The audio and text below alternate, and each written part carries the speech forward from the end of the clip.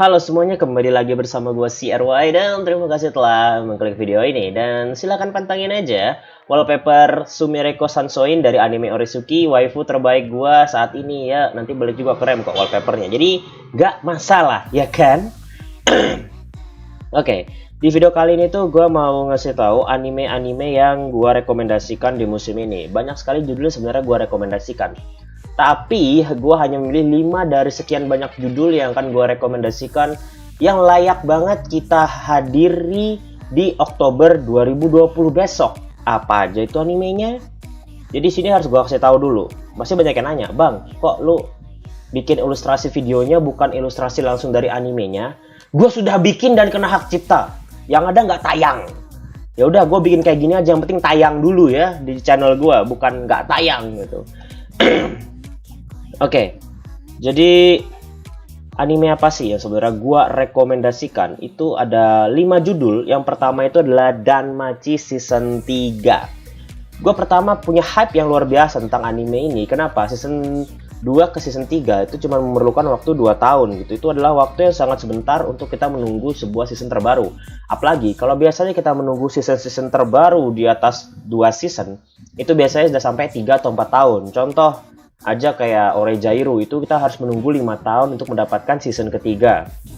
Lalu kenapa gue merekomendasikan Danmachi? Itu karena mereka melanjutkan anime ini ke season 3 itu karena ceritanya sedang seru-serunya. Jadi ketika season 2 itu selesai, season 3 itu harus cepat-cepat dibuat supaya penonton-penontonnya itu tambah seneng gitu. Yes, season 3 pas lagi seru-serunya dijadikan anime. Karena banyak anime yang habis tamatnya itu kita itu dibikin gantung dan dipaksa download atau baca novel atau baca komiknya gitu loh, dan season terbarunya nggak akan dilanjutkan. Jadi kita dipaksa banget untuk menonton dengan cara membeli karya adaptasinya.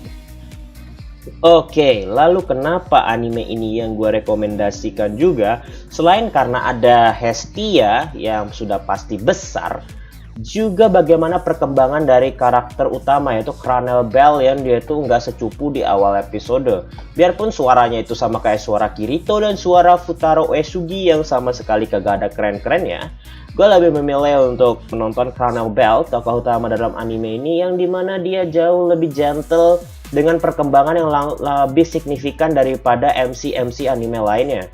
Dan sudah pasti penambahan waifu-waifu baru, karakter baru, dan juga perkembangan kisah cinta di antara mereka itu juga terbangun. Dan jangan lupa juga perkembangan dari tokoh utama yang juga terbangun dengan baik. Itulah yang membuat gua berkata ini anime layak untuk kalian tonton secepat mungkin. Tapi kita harus menunggu sampai Oktober. Biarpun harusnya rilis di musim summer 2020 tapi diundur gara-gara corona. Lanjut, Mahoka Koku no Retousen. Ini animenya kayaknya sih bakal banyak sekali episode yang bakal di rush. Maksudnya apa tuh bang, di rush? Maksudnya itu adalah banyak sekali chapter-chapter atau cerita-cerita di novelnya yang bakal di skip oleh produser. Itu karena anime ini sebenarnya ngejar banget ceritanya ya. Gue udah kelihatan dari trailernya tuh gimana, dan kebetulan juga itu novelnya sudah mau tamat rasanya, atau udah tamat ya, gue lupa, kayaknya sih sudah mau tamat gitu. Jadi di puncak kepopuleran dari novelnya, maka animenya pun dirilis dan ceritanya pun bakal sangat kompleks karena banyak sekali scene-scene yang memang gua harap yang nggak penting yang dihapus ya. Yang nggak penting itu nggak dianimasikan, dan yang penting-penting itu dianimasikan. Jangan sampai kasusnya kayak Oregairu yang dianimasikan totalitas hanya si tumor Yui gitu loh. Untung ada Yui Gamama, kalau nggak ada kayaknya gua nggak akan lanjut nonton lagi gitu. Gue berharap aja sih anime ini tuh bisa sesuai dengan ekspektasi seluruh penontonnya di masa lalu gitu ya. Di masa lalu kita melihat bagaimana kerennya itu Mahoka no Retousen dengan tokoh utama yang sangat kece sekali dan mencintai adiknya itu. Itu ceritanya romansa luar biasa. Masalahnya tokoh utamanya alias si Shiba Miyuki ini fuckboy nauzubillah gitu. Itu aja sih yang bikin gue gedek ya sama ini karakter ya. Ngapain lu jadi fuckboy ya? Jadi kayak Joro tuh loh di anime Oresuki gitu. Dia tuh bener-bener top tier karakter utama, nggak kayak ente fuckboy. Berikutnya adalah Fumetsu no Anatai.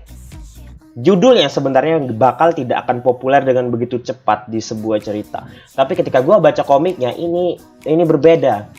Mungkin lu bakal bilang, alah bang, itu kan judul underrated. Iya. Gue tahu ini judulnya underrated sekali, dan kayaknya sih teman-teman itu bakal sedikit banget yang nonton. Bahkan gue nggak yakin nanti banyak fanspage yang ngasih rating anime musiman tiap minggu itu memasukkan anime ini. Tapi gue berani taruhan, ini anime bagus dan lu harus tonton. Kasusnya sama seperti Vinland Saga. Vinland Saga itu yang nonton cuman gue di komunitas, karena mereka nggak suka cerita Viking. Tapi ketika tamat, lalu gue kasih tahu, woi animenya tamat, nonton aja dulu batch-nya. Mereka bilang, kenapa lu baru ngasih tahu sekarang gitu? Kenapa nggak dari dulu? Mereka marah-marah. Anehnya, aku sudah merekomendasikan animenya sejak zaman Bahelua.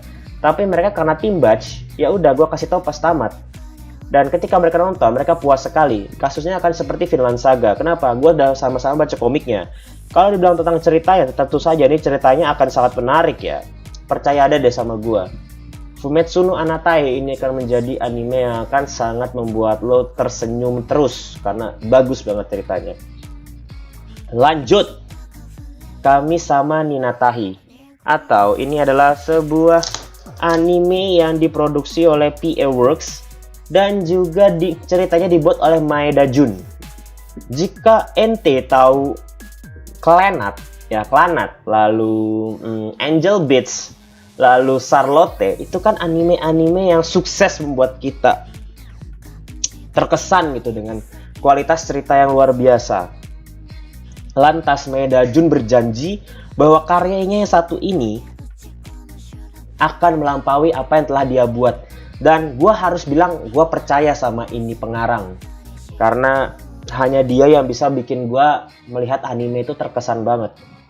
Dan gue sih juga berharap anime ini bisa melampaui cerita-cerita sebelumnya. Dan unsur-unsur yang ada di cerita-cerita dia sebelumnya di Angel Beats maupun Charlotte itu ada, seperti temen yang kacamata, adik yang ceria, lalu temen cewek yang yang kayak gitulah, lalu tokoh utama yang kayak gini dan lain-lainnya. Dan ingat, mereka tuh namanya sama, karakternya itu depannya Y, Yota Yuzuru. Entah kenapa tokoh utamanya namanya harus Y ya di awalnya. Dan yang bikin gue ingin sekali menunggu anime ini adalah Ayane Sakura. Memerankan karakter Imoto hanya boleh diperankan oleh Ayane Sakura. No debat, data valid. Buktinya, adik Kosaki Onodera Haru, itu diperankan oleh Ayane Sakura, dan gue menjamin luar biasa sekali. Jadi itu sudah 4 judul, artinya ada 1 judul lagi. 1 judul lagi, gue sebenarnya agak bingung antara Haikyuu dan juga Kimito Boku Saigo no Senjo. Tapi di sini gue lebih memilih Hanyo Yazahime Sengoku Otogi Gouzi. Ini gue yakin akan menjadi anime dengan episode yang panjang. Dan kenapa gue berani bilang kayak gitu? Pertama adalah lisensor, produser, studio ini yang membuat Ranma setengah, lalu juga yang membuat juga membuat Inuyasha, sama yang membuat juga Kyokai no Rinne. Dan mereka semua punya episode yang panjang-panjang. Jadi ini akan jadi anime dengan judul episode yang panjang. Kayak judulnya juga panjang, kayak punya kau juga panjang gitu ya. Dan kalau kita membahas tentang cerita, ini adalah cerita dari lanjutan anime Inuyasha. Sebenarnya sih seperti itu, lanjutan anime Inuyasha. Jadi mereka yang suka Inuyasha dipastikan akan sangat bernostalgia menonton anime ini, karena produsernya menjamin desain karakter, dan bagaimanapun orang-orang yang membuat anime ini adalah para senior yang juga dulu sudah membuat Inuyasha 20 tahun yang lalu. Kita sudah dimanjakan dengan kata-kata seperti itu. Jadi nggak ada alasan bagi teman-teman yang udah pada tua, yang dulu nontonnya waktu masih bocil, nonton lagi anime ini, dijamin rasa nostalgianya akan muncul. Dan begitu juga dengan gua yang dulu tuh nontonnya waktu di Indosial, di Global TV ya, zamannya Nickelodeon juga waktu itu. Dan ketika gue nonton anime Inuyasha itu, movie-nya ada adegan cipokan, gue langsung matikan TV karena ada ortu gue ya. Sorry, gue minum ale-ale dulu tadi. Kebetulan ya gue amandel selama ini gara-gara minum itu kan. Oke, jadi itu saja 5 anime yang gue rekomendasikan untuk musim Oktober 2020. Kalau kita bahas lagi, ada berapa judul sih yang gue rekomendasikan? Ya ada 5 lah. Tapi apa saja? Pertama, Hanyo no Yasahime, anime dari Inuyasha itu sendiri. Kami-sama ni Natahi, anime buatan Maeda Jun. Fumetsu no Anatae, anime yang akan buat lo bakal tersenyum. Mahoka Koku no Retose, sebuah kenangan indah yang dimana kau akan menyayangi keluargamu lebih dari apapun di muka bumi. Dan Machi, Dewi Bropai. Oke, itu adalah kesimpulan dari gue. Terima kasih telah menonton dan jangan lupa juga kalian mematuhi protokol kesehatan. I'm CRY and see you next time.